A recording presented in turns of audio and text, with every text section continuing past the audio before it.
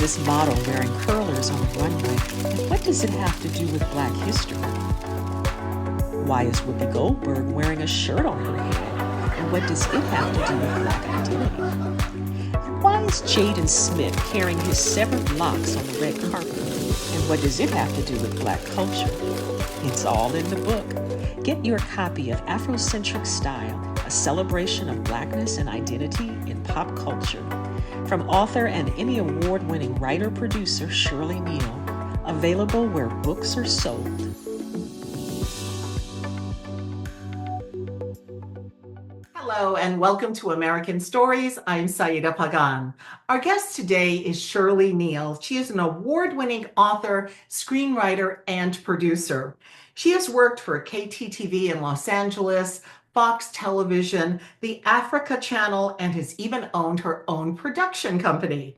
Well, Shirley has just released her latest book. It's titled AfroCentric Style, and she joins us now to talk about her amazing contribution, not only to Black culture, but American culture. Welcome, Shirley.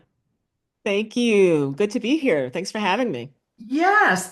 Now, the subtitle of your book is A Celebration of Blackness and Identity in Pop Culture. So, what will readers find out about? What will they see in this book? Well, the subtitle really tells a lot. They will see hundreds of photographs, probably about close to 200 photos, full color, black and white, where I feature uh, images that have been trending on social media that they may have seen before and just thought they were interesting pictures or pretty pictures, but never really knew the stories behind them, the backstories behind them, or their connection to Black culture or Black history. And they'll also see some iconic photos that they may have seen uh, for years and never thought twice about what their links are to pop culture and to our Black identity.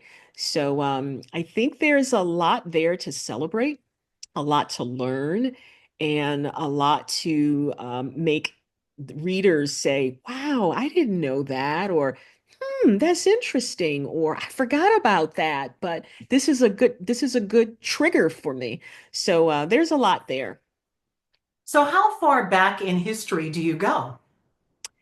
Well, I connect some of today's pop culture moments back to the slave trade. So I guess you could say in the 1800s, I go back that far. I talk about some of the hairstyles that we wear today that actually started back in during the slave trade. And actually, I go back even further than that. I talk about our fashions that go back that far and how they're related today, and how we've adopted some of the looks from our African ancestors that we don't know about or that we forgot about.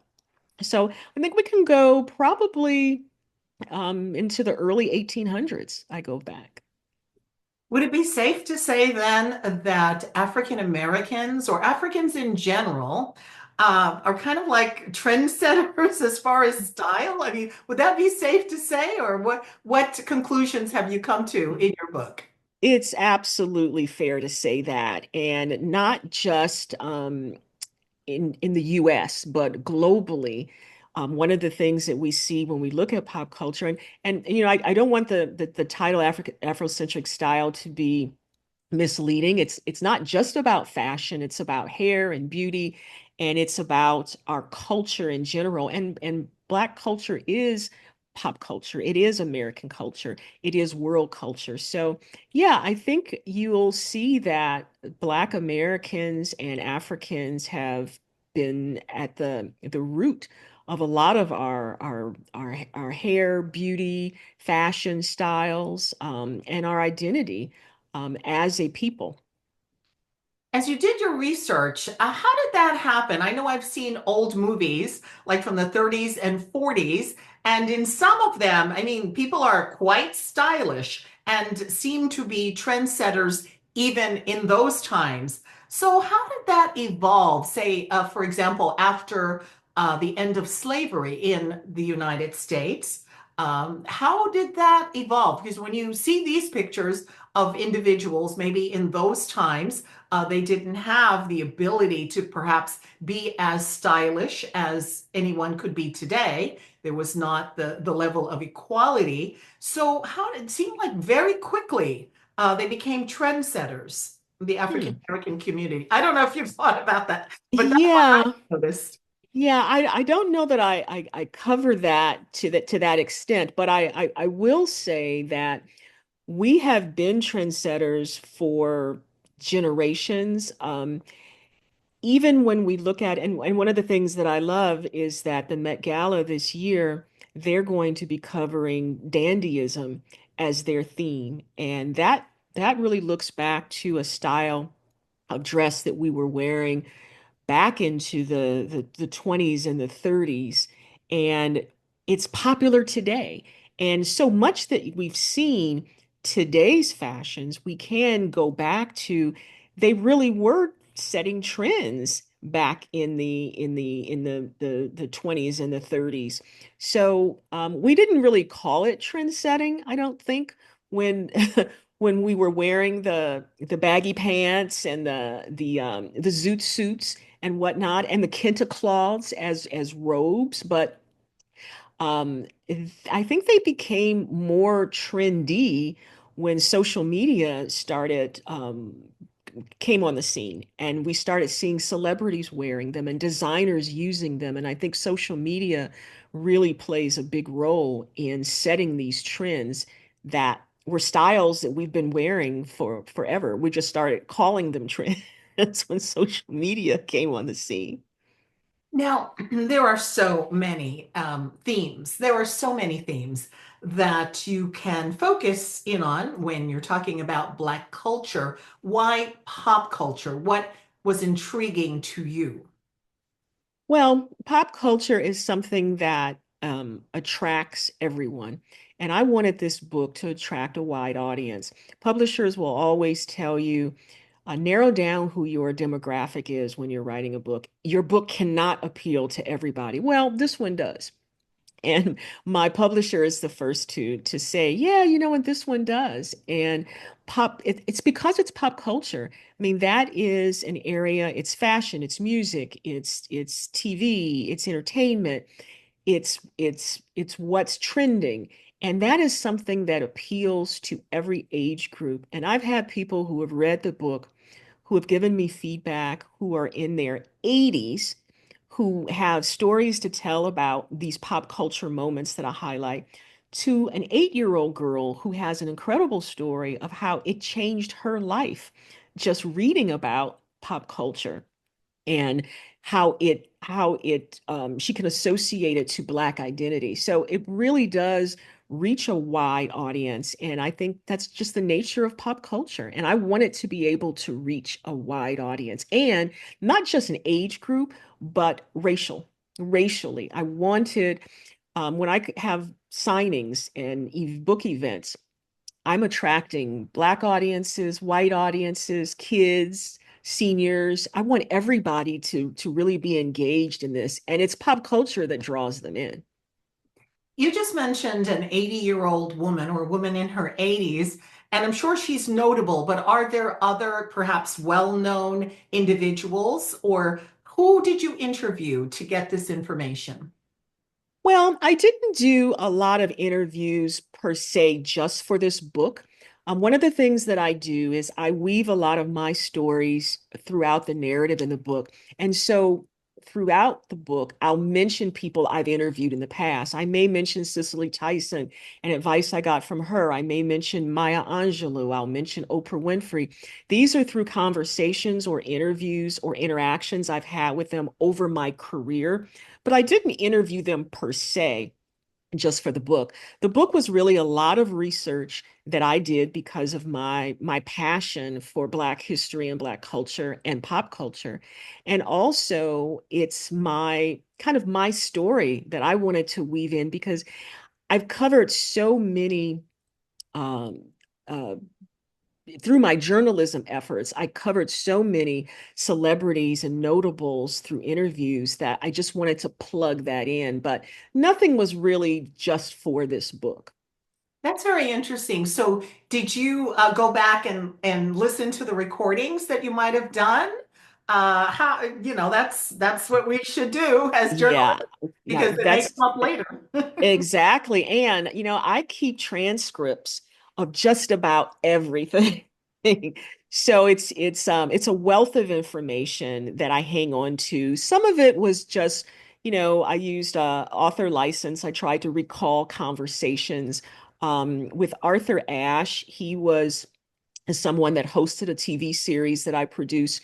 I talk about conversations that he and I had that are relevant in the book. So, no, I didn't have a transcript for that.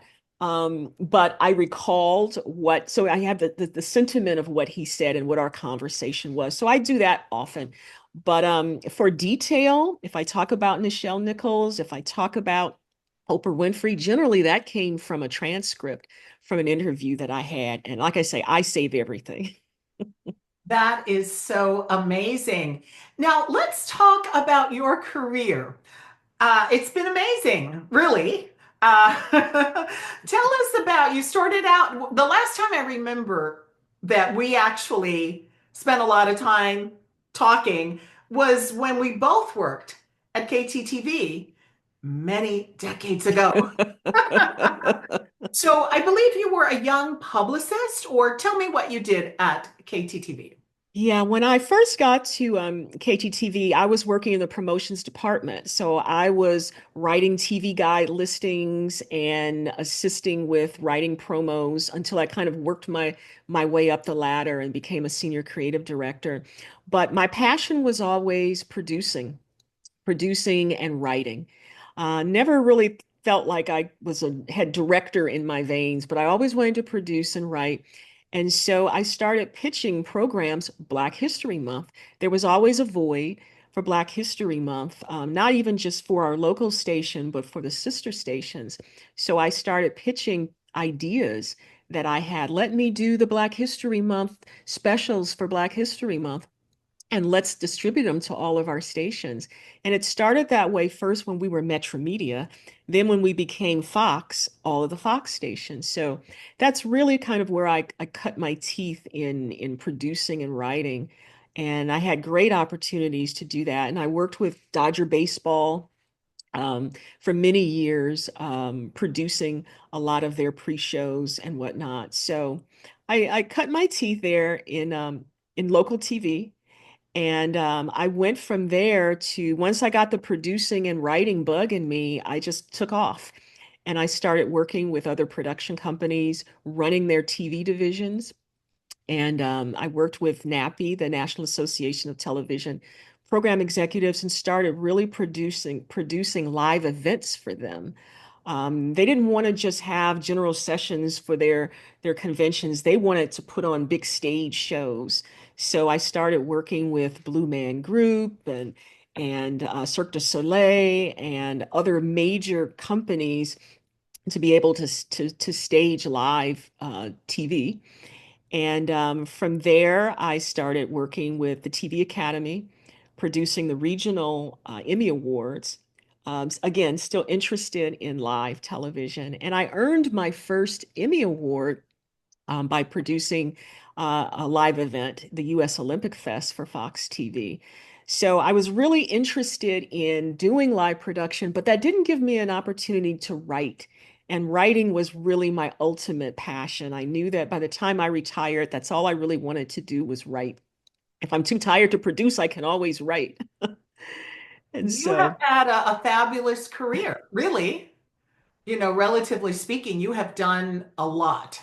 I've been blessed, very blessed with the opportunity. Absolutely. So, let's talk a little bit about your ghostwriting. Now, you mentioned that's all you really wanted to do was write, and according to your bio, you've done quite a bit of that ghostwriting.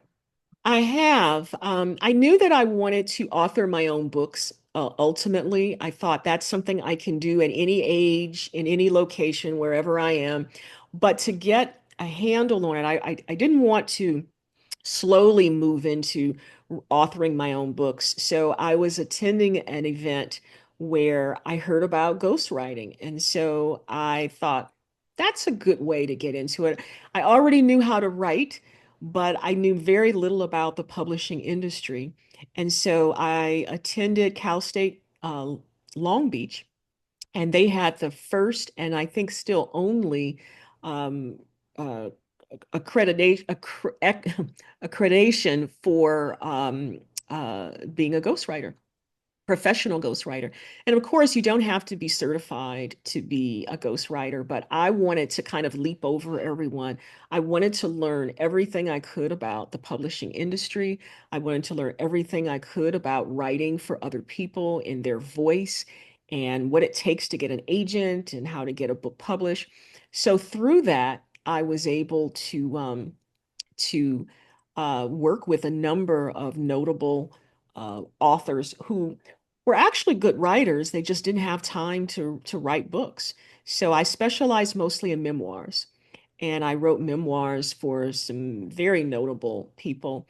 But after a while, I decided I want my name on these books. It's this is good and it's good money, but now I need, and I got an agent, and my agent said, Shirley, if you're going to ghostwrite, you really need to now collaborate, start getting your name on books, but more importantly, let's get your books out there.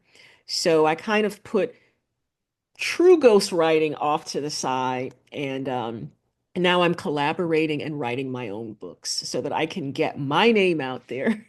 I took a look at your website and I was very impressed with your electronic press kit.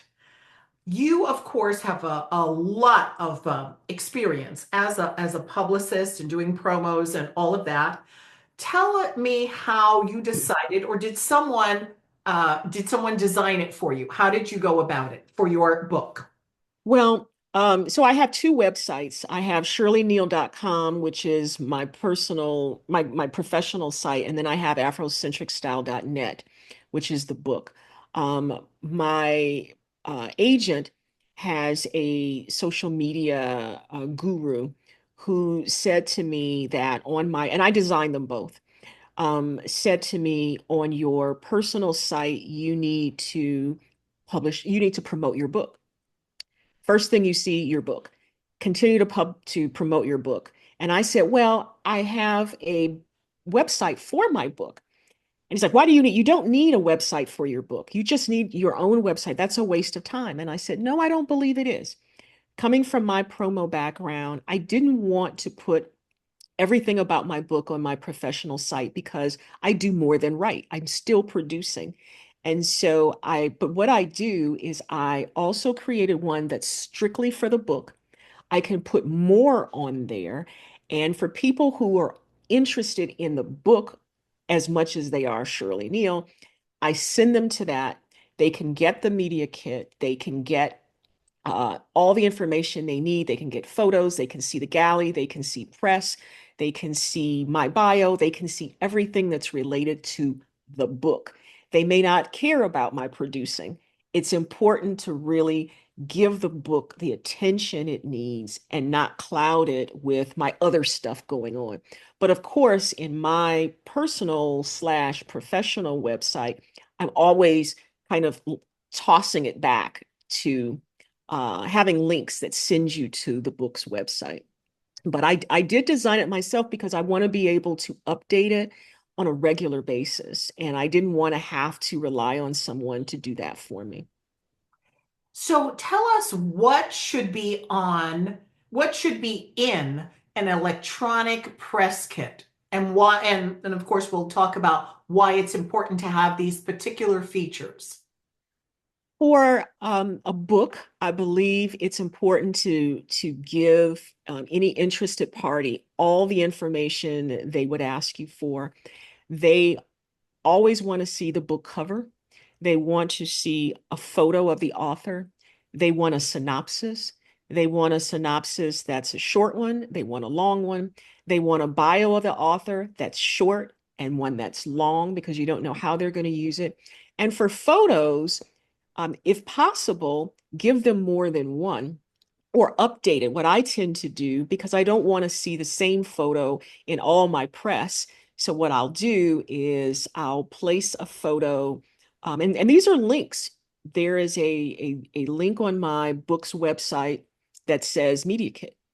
And you can go and select photo. And what I'll do is every so many months, I'll update that photo so that we're not seeing the same photo all the time.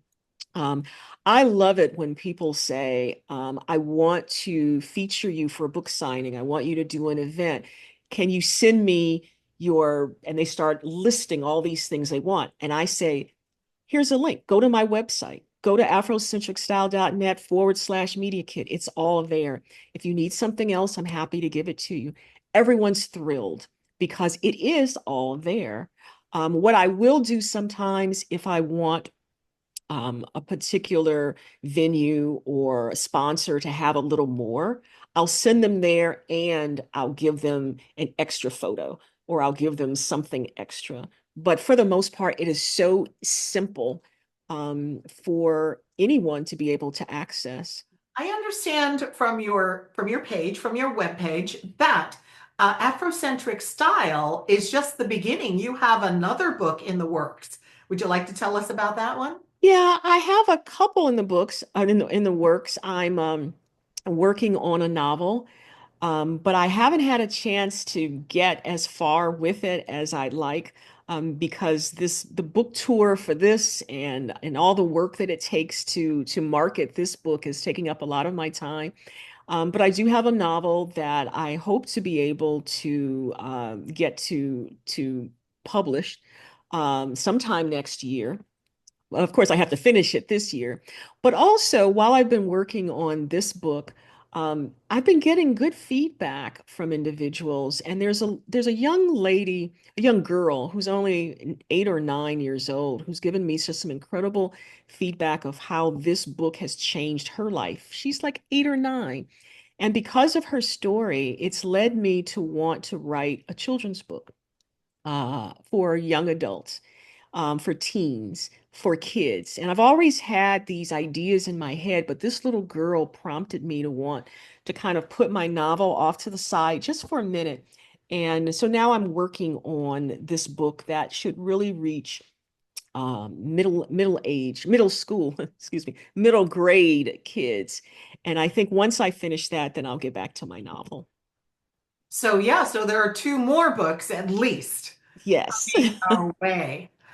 Well, Shirley, you have done obviously a great job. I've seen the reviews. You've gotten lots of press and it's all very positive. And tell us one last thing about the NAACP Image Award. So I was nominated this year for Outstanding Literary Work by a Debut Author. And I'm very excited about that because, again, since I was a ghostwriter, spending so much time, so many years, the last 8 years writing for other people, this is an important award for me. It's my third nomination for an NAACP Image Award. I was nominated 2 other times for my TV production efforts. So to get this as a debut author when I've been writing for so many other people has just been great for me. It's just been a thrill. Well, thank you for doing all the research, for making this possible for us to enjoy. And I wish you the very, very best in your writing endeavors. Thank you so much. And again, thank you for having me. And thank you for joining us for this edition of American Stories. I'm Saida Pagan. Why is this model wearing curlers on the runway? And what does it have to do with Black history? Why is Whoopi Goldberg wearing a shirt on her head? And what does it have to do with Black identity? And why is Jaden Smith carrying his severed locks on the red carpet? And what does it have to do with Black culture? It's all in the book. Get your copy of Afrocentric Style, a celebration of Blackness and identity in pop culture. From author and Emmy Award-winning writer-producer Shirley Neal. Available where books are sold.